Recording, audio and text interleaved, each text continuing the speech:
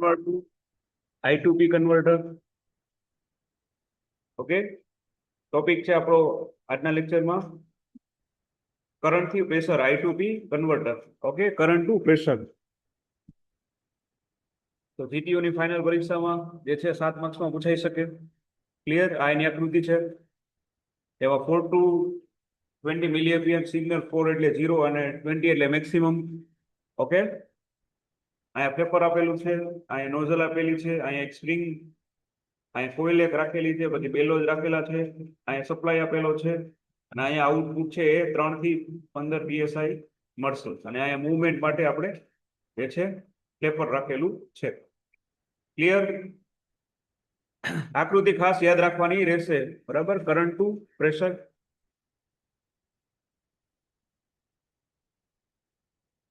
આકૃતિ વ્યવસ્થિત જોઈ લો બધા. જેમાં બેલોજ આપેલા છે, પછી 4 to 20 મિલિએમ્પિયર સિગ્નલ છે કોઇલ સાથે, પછી પીવોટ એક અહીંયા ટ્યુબ રાખેલી છે, પછી અહીંયા ફ્લેપર રાખેલું છે મૂવમેન્ટ માટે, પછી અહીંયા નોઝલ આપેલી છે, અહીંયા સપ્લાય આપેલું છે, અને અહીંયાથી આઉટપુટ છે આપણે 3 થી 15 PSI જેટલું મળશે. ક્લિયર? આ યુનિટ છે PSI. Okay, four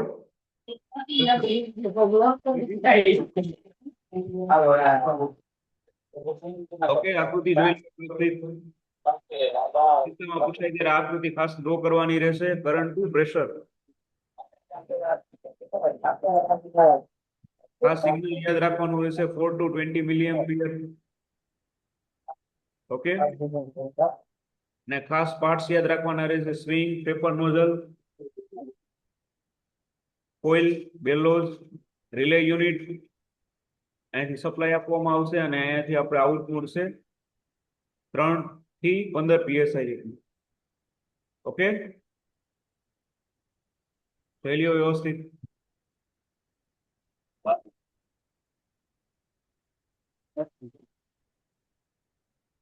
current to pressure converter. Okay, તો આ જે આઈપી છે કન્વર્ટર, એક કરંટ થી પ્રેશર ટ્રાન્સડ્યુસર છે. ટ્રાન્સડ્યુસર એટલે બધાને ખ્યાલ જ હશે, એક પંપમાંથી બીજા પંપમાં જે છે કન્વર્ટ કરે.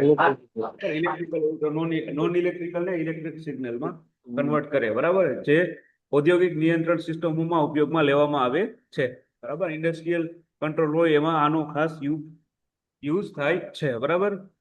હવે આ એક નાનું મોડ્યુલ છે જેમાં વિદ્યુત કરંટ છે એ એનાલોગ સિગ્નલ હોય, બરાબર? ખ્યાલ પડે? એનાલોગ સિગ્નલ એટલે બરાબર ન્યુમેટિક હવા અને આઉટપુટમાં રૂપાંતરિત કરે છે. ક્લિયર?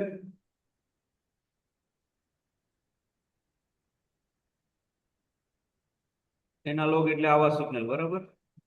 આને આપણે કહેશું એનાલોગ. ક્લિયર? ને ડિજિટલ એટલે આપણે જે સ્ક્રીનમાં દેખાતા હોય એ. ક્લિયર? તો આ જે છે વિદ્યુત કરંટ આપણે એનાલોગ સિગ્નલમાં, અને ન્યુમેટિક એટલે કે જે હવાનું દબાણ હોય એને આપણે ન્યુમેટિક, એરને જે છે આપણે ન્યુમેટિક તરીકે ઓળખીશું. ક્લિયર? એને આઉટપુટમાં રૂપાંતરિત કરે છે. તો એનાલોગ સિગ્નલ હોય એને ટૂંકમાં જે ન્યુમેટિક હોય હવાનું દબાણ એમાં રૂપાંતરિત કરે છે. ખાસ કરંટ ટુ પ્રેશરનું આ કાર્ય છે. હવે સરળ શબ્દોમાં કહીએ તો ડાયરેક્ટ કરંટ હોય, ડીસી કરંટ, એ ઇલેક્ટ્રિક સિગ્નલને તેના પ્રમાણના હવાના દબાણમાં ફેરવે છે, બરાબર? ઇલેક્ટ્રિક સિગ્નલ હોય તો એ જે પ્રમાણમાં હવાનું દબાણ હોય, હવાનું પ્રેશર, એમાં એ ફેરવે છે, બરાબર? હવે આના ખાસ ઉપયોગો જોઈએ તો કંટ્રોલ વાલ્વ ને નિયંત્રિત કરવામાં, એક્ચ્યુએટર, બ્રેક, ક્લચ અને ડેમ્પર, આના ઉપકરણોને નિયંત્રણ કરવા માટે I2P કન્વર્ટરનો યુઝ થાય છે. ક્લિયર? હવે ખાસ એનું કાર્ય જોઈએ તો I2P કન્વર્ટર છે એ ઇલેક્ટ્રોમેગ્નેટિક ફોર્સ બેલેન્સ પ્રિન્સિપલ પર કાર્ય કરે છે. હવે જોઈએ તો ઇલેક્ટ્રિક કરંટ હોય તો એ જે છે બળ અને એને જે છે હવાના દબાણમાં ફેરવે છે. ઇલેક્ટ્રિક કરંટ આપીએ એટલે જે બળ હોય એ જે છે પ્રેશરને હવાના દબાણમાં ફેરફાર કરે છે. હવે સામાન્ય રીતે સમજીએ તો ઇનપુટ કરંટ આપણે જે છે એ 4 થી 20 મિલિએમ્પિયર હોય, બરાબર? 4 શું કામ? કારણ કે સ્કેલ થી માપવાનું ન હોય, એટલે જે મીટર ફરતું હોય એ 4 થી શરૂ થાય. ક્લિયર? પછી આઉટપુટ પ્રેશર છે એ 3 થી 15 PSI. તો ખાસ આ બે ઇનપુટ છે એ 4 થી 20 અને મિલી એમ્પિયર અને આઉટપુટ પ્રેશર છે એ 3 થી 15 PSI. ઓકે, અને આ દબાણના આધારે કંટ્રોલ વાલ્વ જરૂરી પ્રમાણમાં ખુલ્લો અથવા બંધ થાય છે. તો કંટ્રોલ વાલ્વને એના પ્રમાણમાં ખુલ્લો અને બંધ કરવા માટે I2P કન્વર્ટરનો યુઝ થાય છે. બરાબર, ખાસ જે છે મોસ્ટ એપ્લિકેશન આપણે કંટ્રોલ વાલ્વ કેવી રીતે ખુલ્લો બંધ થાય એના ઉપર જ આખું આધારિત છે. બરાબર, એની આપણે આકૃતિ જોઈ. સિગ્નલ છે એ 4 to 20 મિલી એમ્પિયર, આઉટપુટ આપણે 3 થી 15 PSI. ક્લિયર? હવે એનો વર્કિંગ પ્રિન્સિપલ એટલે કે કાર્ય સિદ્ધાંત જોઈએ તો આ સામાન્ય જે છે I2P કન્વર્ટર એ ફોર્સ બેલેન્સિંગ ડિવાઇસ છે. બરાબર, ફોર્સને બેલેન્સ કરવા માટેની ડિવાઇસ છે. હવે જ્યારે ઉપર અહીંયા દર્શાવેલું છે કોઈ એમાં આપણે કરંટ પસાર થાય ત્યારે એમાં મેગ્નેટિક ફિલ્ડ ઉત્પન્ન થાય. હવે મેગ્નેટિક ફિલ્ડ ઉત્પન્ન થવાના કારણે આ ફ્લેપર પ્લેટ છે અહીં જે ફ્લેપર પ્લેટ રાખી છે એ થોડીક ખસશે, મૂવમેન્ટ થશે. હવે આ ફ્લેપર પ્લેટના નાના પ્રમાણમાં પિટોટ એર પ્રેશર નિયંત્રિત કરે છે. આ જે પીવોટ રાખ્યું છે એ જે છે એ એર પ્રેશરને નિયંત્રિત કરે છે અને પાયલોટ પ્રેશર પછી મેઇન પ્રેશરને નિયંત્રિત કરવામાં આવે છે. ઇન શોર્ટ કહીએ તો પ્રેશરને નિયંત્રણ કરવા માટે આપણે I2P કન્વર્ટરનું યુઝ કરવામાં આવે છે. આ બધા ફિલ્ડ જે રાખ્યું છે કોઇલ એમાં આપણે કરંટ પસાર કરી ત્યારે મેગ્નેટિક ફિલ્ડ ઉત્પન્ન થાય. એ મેગ્નેટિક ફિલ્ડ ના કારણે જે અહીંયા પેપર મૂવ થવાના કારણે જે પિલોટ છે એ એર પ્રેશરને નિયંત્રિત કરશે. અહીંયાથી જે પ્રેશર આવ્યું હશે એને નિયંત્રિત એટલે કે બેલેન્સ કરશે. હવે આ પ્રેશર પછી મેઇન જે એર પ્રેશર છે એને નિયંત્રિત કરવામાં આવે છે. મેઇન પ્રેશરને સામાન્ય રીતે આપણે અહીંયા દર્શાવેલું છે કે 3 થી 15 PSI સુધી નિયંત્રિત કરવામાં આવે. આટલા રેન્જમાં આપણે નિયંત્રિત કરી શકીએ. મેઇન જે અહીંયા પ્રેશર આવતું હોય બરાબર, તો એને 3 થી 15 PSI જેટલું આપણે એને કંટ્રોલ નિયંત્રિત કરવામાં આવે છે. PSI જે છે એ પ્રેશરનો એકમ છે. બરાબર, આપણે કેમ લિક્વિડ હોય એનું લીટર હોય તો પ્રેશર માટે PSI જે છે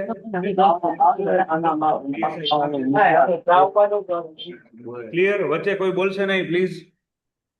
હવે I2P કન્વર્ટર છે એને યોગ્ય રીતે કાર્ય કરવા માટે આપણે 15 PSI એર સપ્લાયની જરૂર છે. બરાબર, I2P કન્વર્ટર યોગ્ય રીતે આપણે કાર્ય કરવા માટે કેટલાની જરૂર પડે એર સપ્લાય માટે? તો 20 PSI એર સપ્લાય આપવી જરૂરી છે. આ ખાસ યાદ રાખવાનું રહેશે. બરાબર, યોગ્ય કાર્ય કરવા માટે I2P કન્વર્ટર હોય તો એના માટે આપણે જે છે 20 PSI ની એર સપ્લાય ની જરૂર પડે. બરાબર, એર સપ્લાય એટલે કે બીજું કઈ નહીં, અહીંયાથી આપણે એટલી એર એમાં પસાર કરવા જોઈએ ત્યારે એ વ્યવસ્થિત જે છે કાર્ય કરે. આ થઈ ગયું એનો વર્કિંગ પ્રિન્સિપલ. હવે એની કામગીરી જોઈએ. I2P કન્વર્ટરની કામગીરી એટલે કે ઓપરેશન ઓફ I2P કન્વર્ટર. તો એ જે છે ઇલેક્ટ્રોમેગ્નેટિક બળના સિદ્ધાંત પર કાર્ય કરે છે. આપણે ઉપર મુજબ જોયું એમ. અને સામાન્ય રીતે 4 to 20 milli ampere current input અને એનું આઉટપુટ છે 3 થી 15 PSI ન્યુમેટિક આઉટપુટ છે. ન્યુમેટિક મીન્સ હવાનું દબાણ. ખાસ યાદ રાખવાનું રહેશે. What do you mean by pneumatic? It's called air pressure. Done? તો જે 4 to 20 મિલી એમ્પિયર કરંટ છે એને 3 થી 15 PSI ન્યુમેટિક આઉટપુટમાં એને કન્વર્ટ કરે છે. ક્લિયર? પરંતુ ભાઈ વચ્ચે કોઈ બોલશે નહીં પ્લીઝ. પછી એની પ્રોસેસ જોઈએ તો કરંટમાં જે છે કોઇલ આપણે ઉપર દર્શાવેલી છે એમાં કરંટ પસાર થાય છે. પછી કોઇલ આસપાસ મેગ્નેટિક ફિલ્ડ બને છે. આખી પ્રક્રિયા સમજીએ. પછી ફ્લેપર પીવોટ સાથે જોડાયેલી હોવાથી ઉપર નીચે ખસી શકે મેગ્નેટિક ફિલ્ડના લીધે. પછી ફ્લેપર જે છે એ બીજા છેડે મેગ્નેટિક મટીરિયલ જોડાયેલ છે. બરાબર, પછી ઇલેક્ટ્રોમેગ્નેટ સક્રિય થતું હોય જેથી ફ્લેપર નીચે તરફ આકર્ષાય છે. આ ફ્લેપર છે એ નીચે તરફ આકર્ષાય છે જેના લીધે નોઝલ બંધ થાય છે. ઓકે, હવે એના બંધ થવાના લીધે કરંટ જેટલો હશે તેટલું નોઝલ વધુ બંધ થશે. જેટલો કરંટ વધારે જશે એટલું નોઝલ બંધ થશે. જેથી બેક પ્રેશર વધશે અને ફીડબેક બેલો છે આ બેક પ્રેશરને સંતુલિત રાખે છે. બેલોસ છે એ કાંઈ સ્પ્રિંગ ટાઈપનું હોય છે, બેલેન્સ કરવા માટે વપરાતું હોય છે. ક્લિયર? આ થઈ ગઈ એની કામગીરી. ઓકે, કે 3 સોરી 4 to 20 મિલીએમ્પિયર કરંટને છે એ 3 થી 15 પીએસઆઈ ન્યુમેટિક આઉટપુટમાં રૂપાંતર કરે છે. ઓકે, હવે I2P કન્વર્ટર કેવી રીતે કાર્ય કરે? તો આ જે ઇનપુટ કરંટ કોઇલ હોય છે એમાં પ્રવાહ વહેતો હોય, ત્યારબાદ જે કોઇલ પેપર પ્લેટ છે એને પોતાની તરફ આકર્ષે છે બીકોઝ ઓફ મેગ્નેટિક ફિલ્ડ. હવે જ્યારે કરંટ વધે ત્યારે એટ્રેક્શન વધશે, બરાબર. એમાં જ્યારે આપણે કરંટ વધશે ત્યારે એટલું એટ્રેક્શન વધશે. હવે એટ્રેક્શન વધશે એટલે નોઝલ જે એનું બંધ થઈ જાય, બરાબર. નોઝલ આવે એટલે વચ્ચે બંધ થઈ જાય, પીઓટોટ વચ્ચે જમે. નોઝલ વધુ બંધ થાય તો એર બેક પ્રેશર વધે, બંધ થઈ જાય એટલે, બરાબર.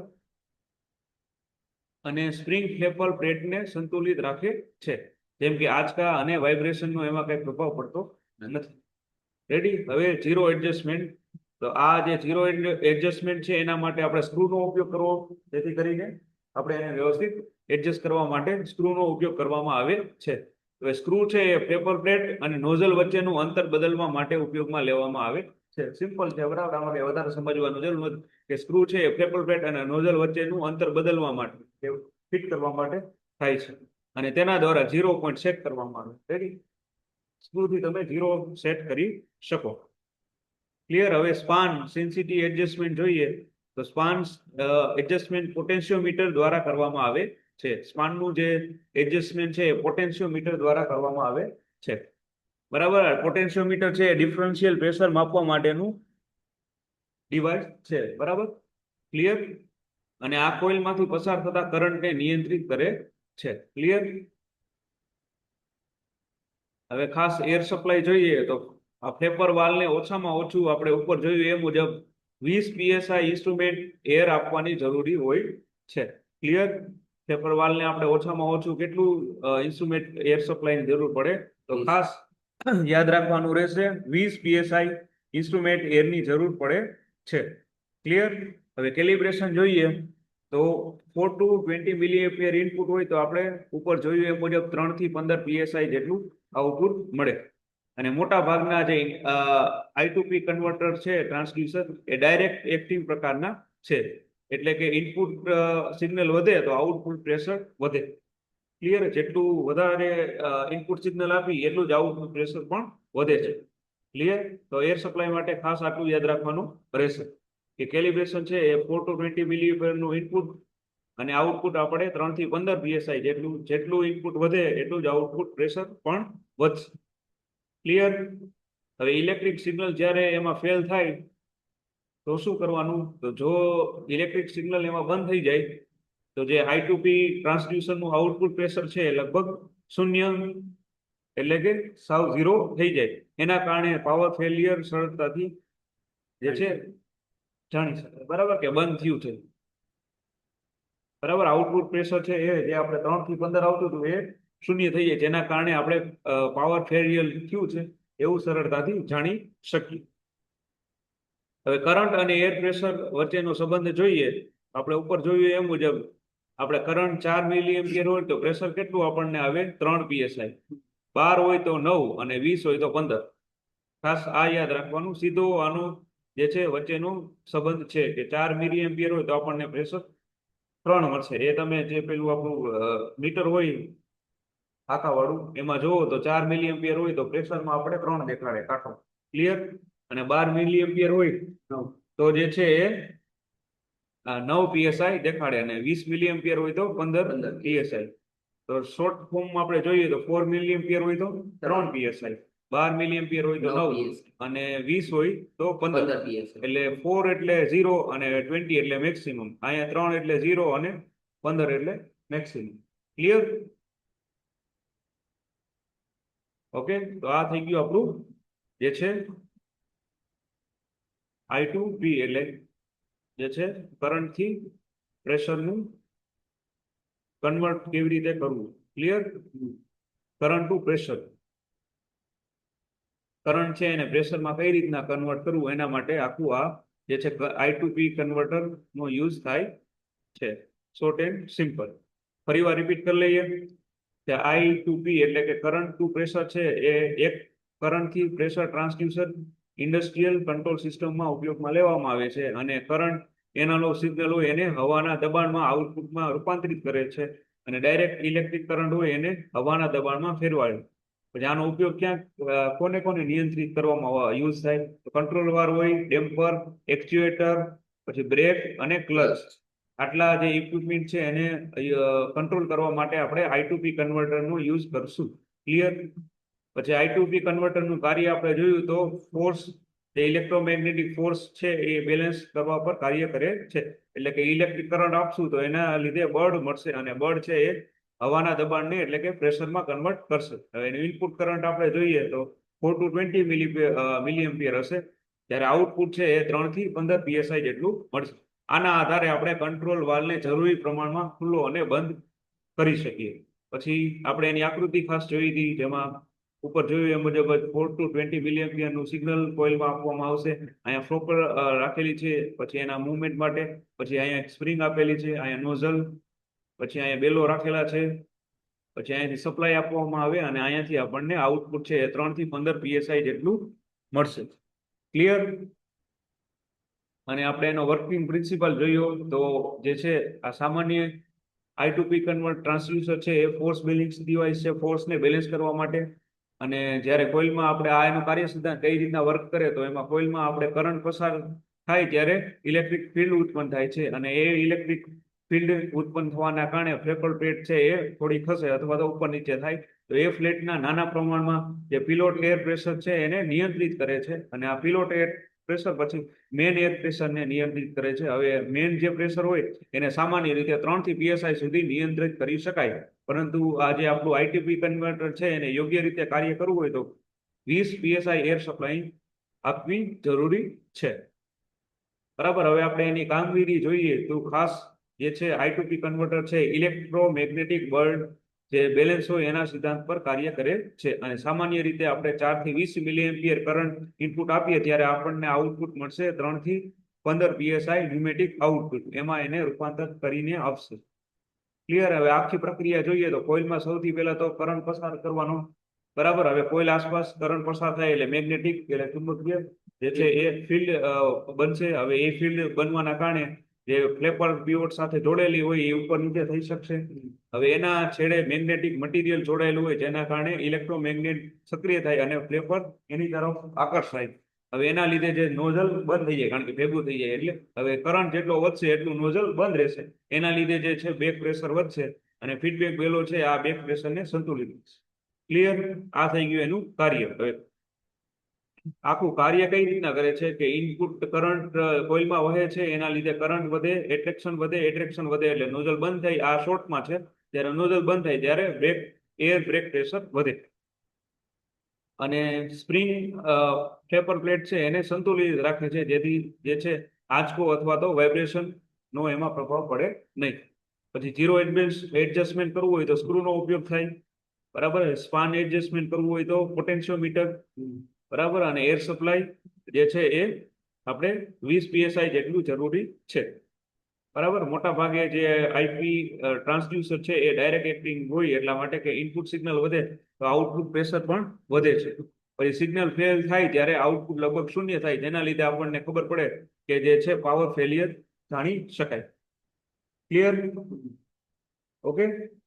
અને કરંટ અને પ્રેશર જે છે એનો સંબંધ જોઈએ તો 4 મિલિએમ્પિયર હોય તો 3 PSI, 12 મિલિએમ્પિયર હોય તો 9, અને 20 હોય તો 15 PSI જેટલું.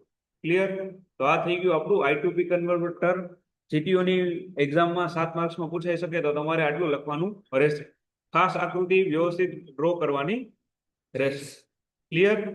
આજના લેક્ચરમાં આટલું રાખીએ. નેક્સ્ટ લેક્ચરમાં આપણે બીજો ટોપિક સ્ટડી કરશું.